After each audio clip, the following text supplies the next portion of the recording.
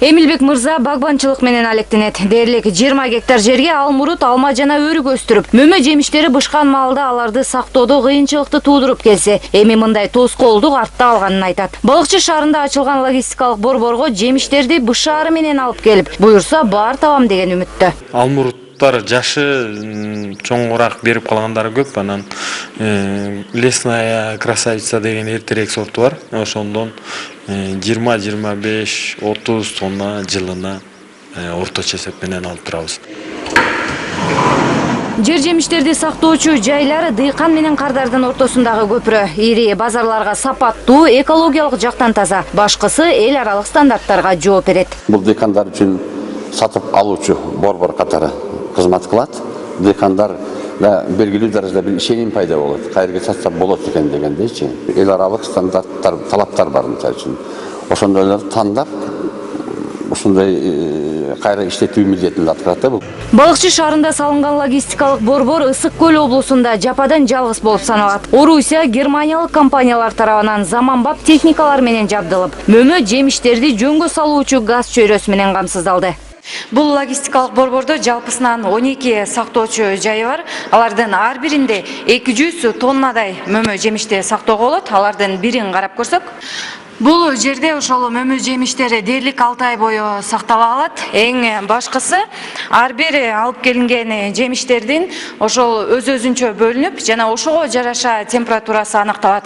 Эң башкысы мөмө жемиштерди ушундай логистикалык борборлордо сактоо бул сапаттуу жана даамдуу болот дешет багбандар.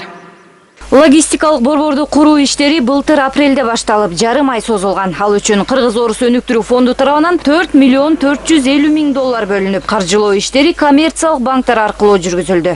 Евразиялык экономика биримдигине байланыштуу технология регламент жөнүндө мен мындай айтып кетсем болот. Биз ушундай долбоорлорду карап чыкканда ушу мажбур ушу регламентке лайык болгонун талап кылабыз. Мындан тышкары да Европа өлкөлөрүндө да хасп деген талабы бар. Ошо хасп шарттарына да лайык. Логистикалык борбордун Балыкчы шаарында курулушу аймактын стратегиялык жактан ыңгайлуу болгону негиз. Түндүк түштүктү бириктирген альтернативалык жол салынса, ата мекендик продукцияларды ЭЭПтин алкагындагы мамлекеттерге гана эмес, алыскы өлкөлөргө да экспорттоого жол ачылат.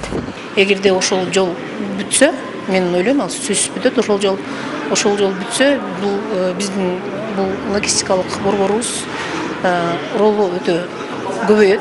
Анын үстүнө биздин жемиштерди ушул Россия, Казакстан ошол менен бирге жаныбызда турган Кытай мамлекетине дагы экспорттоого аракеттенип атабыз. Логистикалык борбордун ачылышы 70 адамды жумуш менен камсыз кылат. Маалында жер жемиштерди иргөө үчүн дагы 300 кызматкер алынары күтүлүп жатат. Алдыда жемиштерди сактоочу кампалар, ар бир район, шаарларда куруу максаты бар. Албетте бул бүтүндөй көлдүн кызыкчылыгын жаап койду дегенден алыспыз. Мындай логистикалык борборлор негизинен азыр ушу жакын арада райондук борборлордо ачылса деген ошонун үстүнөн иш алып барып атабыз.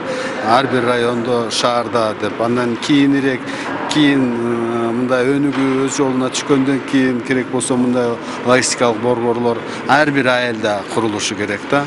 Кыргыз-Орус өнүктүрүү фонду тарабынан 10 чукул логистикалык борбор каржыланды. Соңку 1,5 жыл аралыгында эле фонд 213 миллион долларга 682 долбоорду ишке ашырды.